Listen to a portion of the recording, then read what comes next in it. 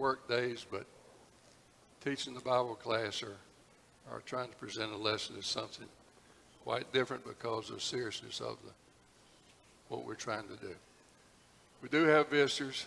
Glad you're here, and I hate to do this, but one of the visitors today happens to be my grandson, Will. Many of you prayed for him during his having chemo and so forth, and he wanted me to express their appreciation for that fact that you cared for him and lifted up prayers for his well-being.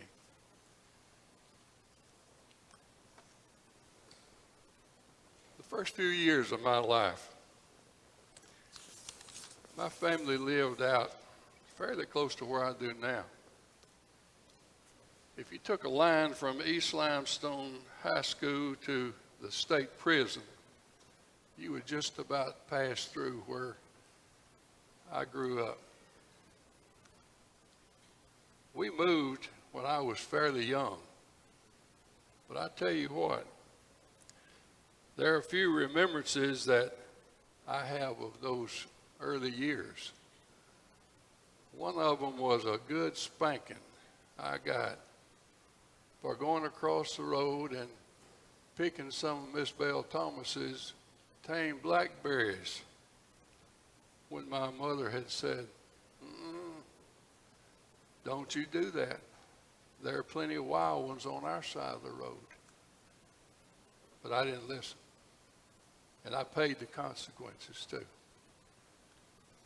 But more important than that, I remember sitting in my mother's lap on the back of a rubber-tired wagon being pulled by Paul Thomas's Farmall tractor as we made our way from our house about 3 miles to Capshaw to attend a gospel meeting.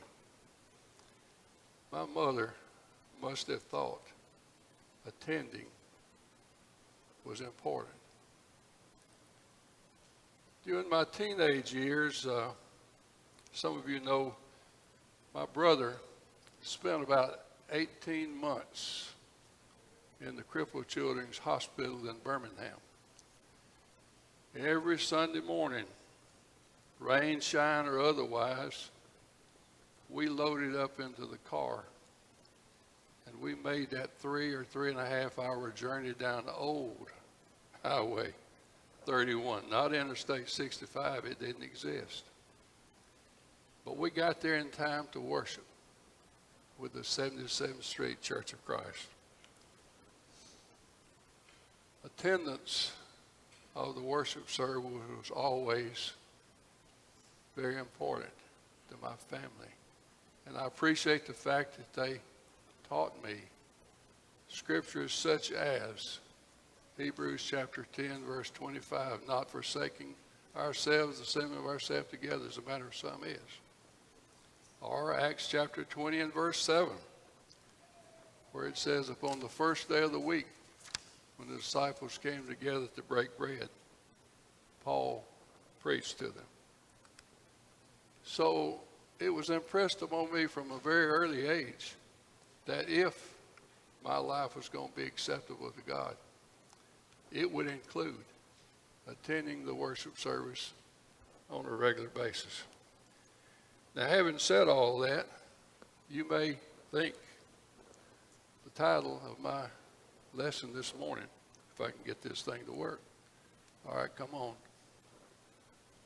You can tell I'm a real technical genius. It's not working, guys. Come on, Andrew, help me out, buddy. Tracy, here's the genius right here. It's not me. All right, there we are. So that might seem to be a rather unusual title for a lesson. But I want you to turn your Bibles, if you would, to Jeremiah chapter 7, verses 1 through 16. And we'll be using that in our lesson this morning. It says, The word that came to Jeremiah from the Lord, saying, Stand in the gate of the Lord's house, and proclaim there this word, and say, Hear the word of the Lord, all ye of Judah, that enter in at those gates to worship the Lord. Thus saith the Lord of hosts, the God of Israel, Amend your ways and your doings, and I will cause you to dwell in this place.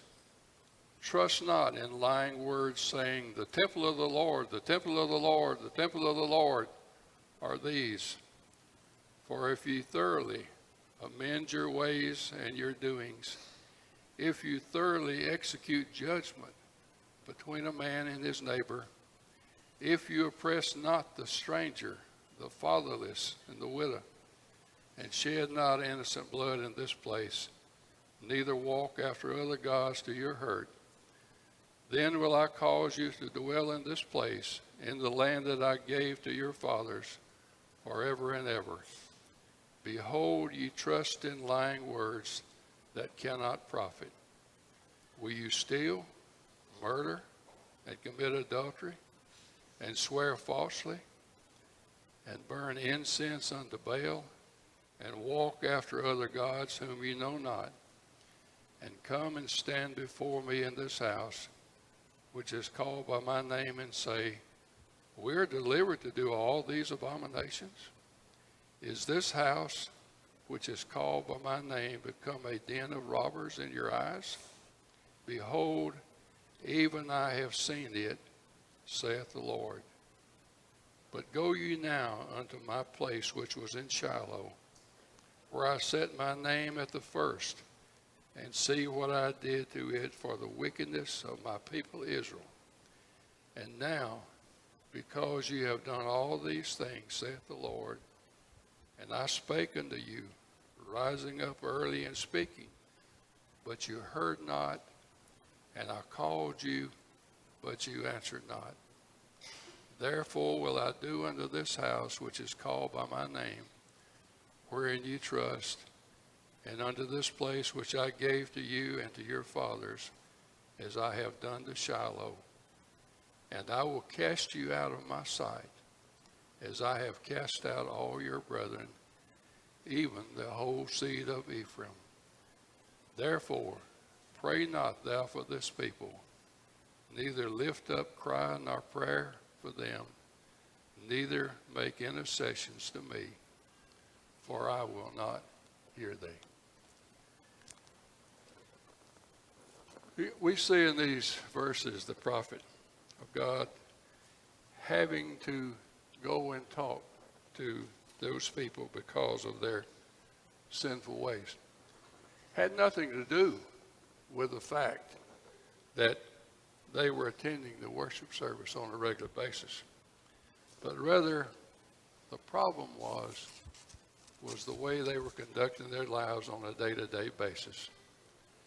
You know, they seemed to think that God would find them acceptable just as long as they went to the temple, went through the acts of worship. But if we look at the last verse, verse 16, we find God being so displeased with these people that he tells Jeremiah that it is not going to do any good for you to lift up a cry for them, nor pray for them, nor offer intercessions. He says, because I will not hear you. Now, if we go back to verse 2, and hopefully this thing will work this time. No, it didn't work.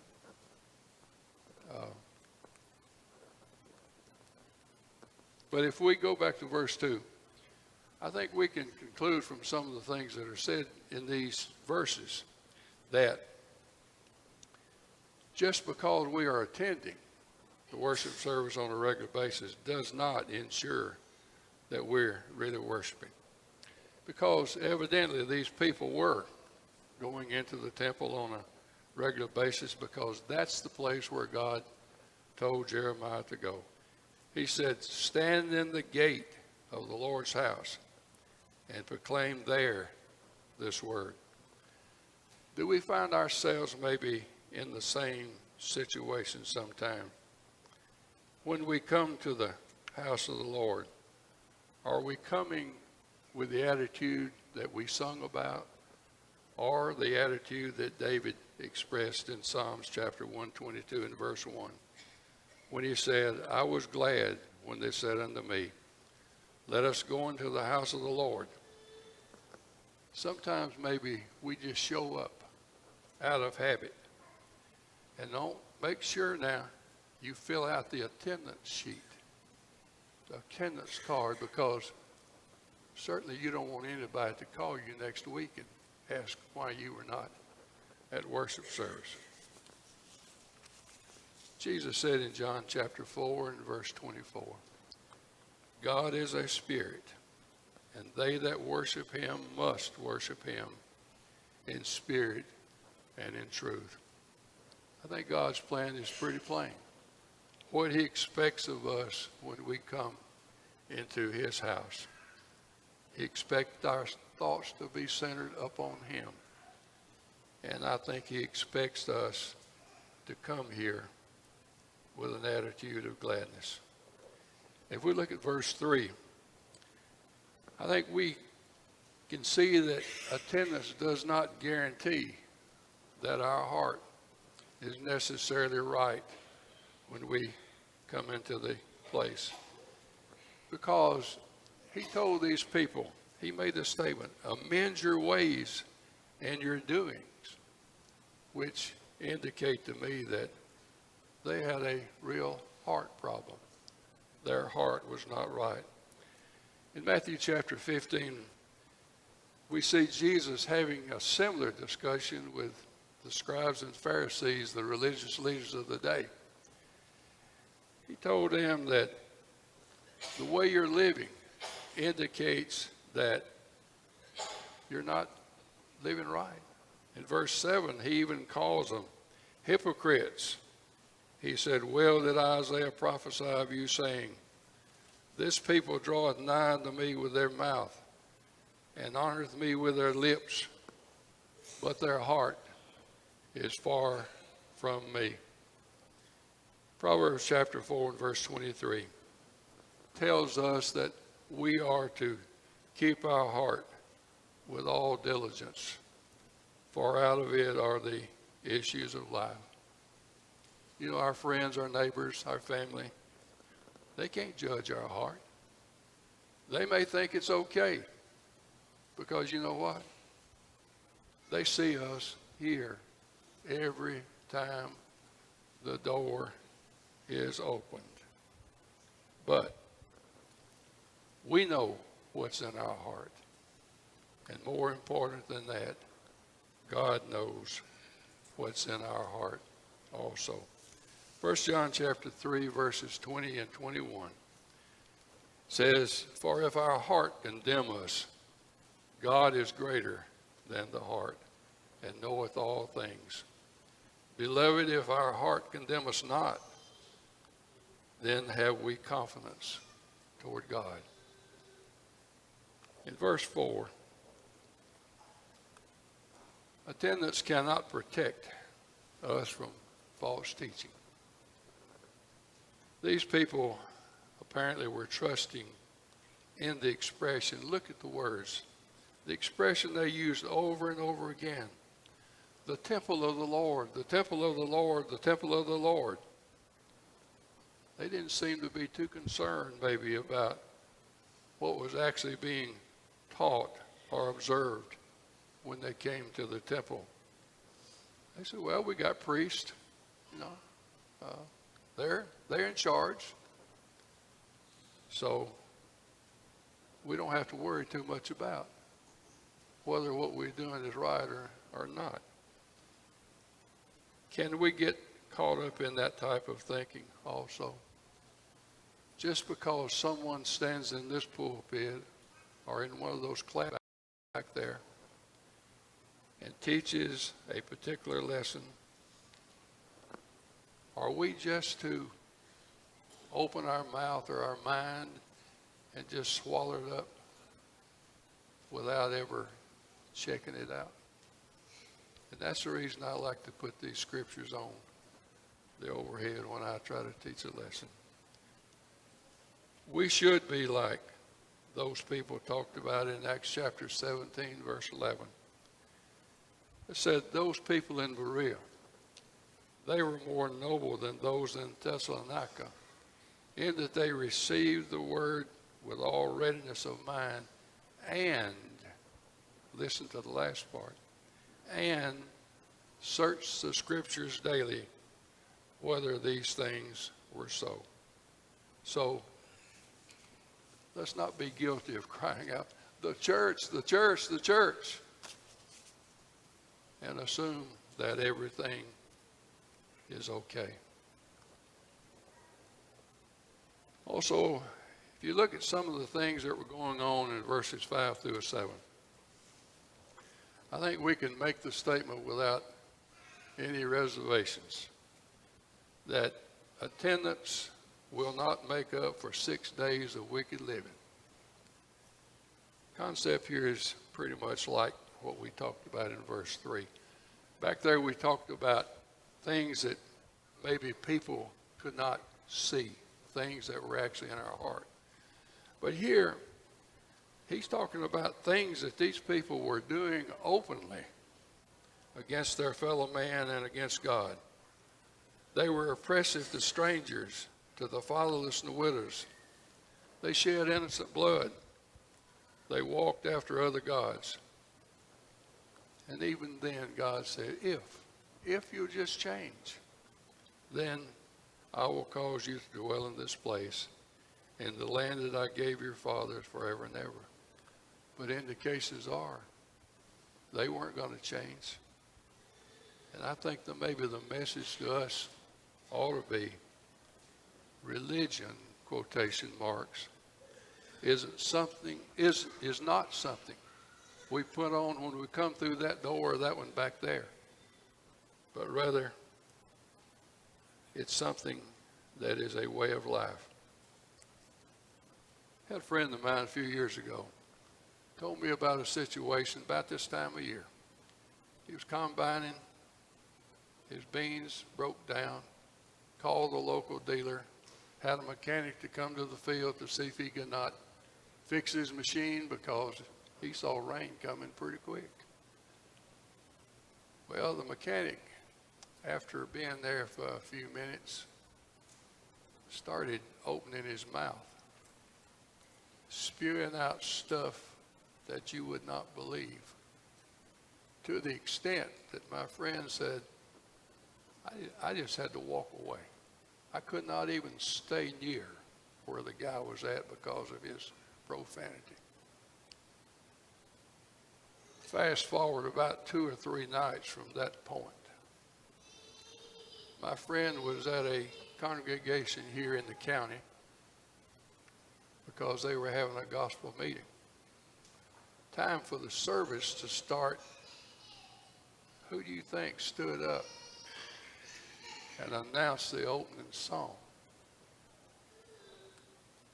The same guy that had been in his field 2 or 3 days before. Religion is not something we put on and then take off. It's something we do every day of our life. If we look at verses 8 through 11, I think we can see that attendance alone does not prove that we're forgiven. Those verses indicate that these people had been stealing, killing, committing adultery, etc., and then coming into the house of the Lord, and what was they asking? What did God say? You're coming and saying, we are delivered to do all these abominations?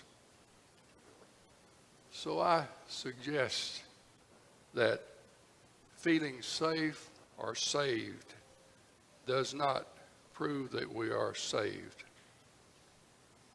The Bible is the standard, not what we think or how we may feel, unless it complies with God's will. Sometimes we hear, maybe we have a radio on or flipping through the TV, and we hear people saying, you need to know Jesus. Take him as your personal Savior. phrases, though, that don't seem to have much depth. They seem to just indicate you can say that, or maybe you can feel that. Now, if we're really founded on the knowledge of God's will and willing to obey God's will, then those expressions are good to have. 1 John chapter 2, verses 3 through 5 says, "And hereby we do know that we know him, if we keep his commandments. He that saith, I know him, and keepeth not his commandments is a liar, and the truth is not in him. But who keepeth his word? In him verily is the love of God perfected. Hereby know we that are in him." Verse 13, I don't think attendance can substitute for obedience. God said he had spoken to these people, but he said they had not heard. He had called to them, but they had not answered. And I'm afraid sometime today we may fall into that same category. We may participate in religious activities, but these activities are not necessarily obedience. I think God's plan for mankind is pretty simple. And if I had one word to describe that, it would be the word obedience. Jesus gave us the test. He said in John chapter 14 and verse 15, "If ye love me, keep my commandments." So just going through the motions will not substitute for true obedience. If we look at the last few verses, I don't think attendance will remove the consequences of disobedience. In these verses, he tells these people what he plans to do. And the sad part about it, these are people who had come to his house of worship on a regular basis. These people, they had been in their temple and put the trust in the temple. These were a people who had assumed their sins were covered just because they were in the temple. A people who felt safe. But God said, "I will cast you out of my sight." And as Al pointed out this morning in class, this is not a new reaction to God toward disobedience. We can trace his punishment of wickedness from the days of Adam through the end of the New Testament era. And we can read of his promise to continue to do so throughout eternity. So on the day of judgment, we should not be surprised at our demise if we are disobedient to his commands. He tells these people to go and look at Shiloh. Of course, Shiloh was in the land of Ephraim, was the capital city of Canaan in the days of Joshua. This was where God had placed the tabernacle, and it remained there for about 400 years until it was taken away during the days of Samuel by the Philistines and carried about from place to place until it was eventually brought to the temple in Jerusalem during the days of Solomon. It was a very important place in the history of God's people. This text doesn't really tell us why it's not important too much. But Psalms chapter 78 and verse 60 describes why Shiloh lost its importance. It said, because God forsook the tabernacle of Shiloh, the tent that he had placed among men. He says, go and look at Shiloh and see what I did to it. And he said, now I'm going to do the same thing to you. These were people that God had cared for. But now, these are people who would be cast from his sight. That's a very tragic picture that's painted here in the book of Jeremiah. But I think the lesson for us today has to be, can this happen to us? And it has to be yes, if we are guilty of the same things that these people were guilty of, and we do not amend our ways and our doings. Hopefully, we have come into the house of the Lord to do what we sung about. We hope we have come for the right purpose today. And none of these things apply to us, but possibly they do. We have to search our heart. We may have just been coming and attending service on a regular basis and going through the acts of worship without having the proper attitude that we ought to have and living the kind of lives that we ought to live. There may be some here today who have not even begun to live the Christian life. You have not obeyed the command of baptism.